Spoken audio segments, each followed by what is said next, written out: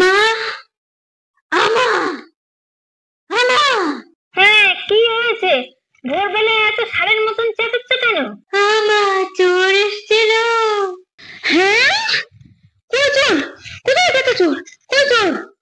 চুপ চুপ, চোর চলে গেছে। জানেন মা, আমি না বাইরে গিয়ে দেখছি, তারপরে আমি বাইরে গিয়ে দেখি কি চোর চুরি করছে। তারপর আমি চোরকে জিজ্ঞাসা করলাম, এখানে কি করছো? বলছে কি আমি চুরি করছি, আমি খুব গরিব। ওই চোরটার কান্নায় আমার মন একদম গলে গেল। তাই বাড়িতে যা ছিল আমি সবকিছু ওই চোরকে দিয়ে দিয়েছি। তারপরে চোরটা আমাকে বললো কি, তোমাদের বাড়িতে যদি কোনো সোনা দানা থাকে তাহলে আমাকে দিয়ে দাও।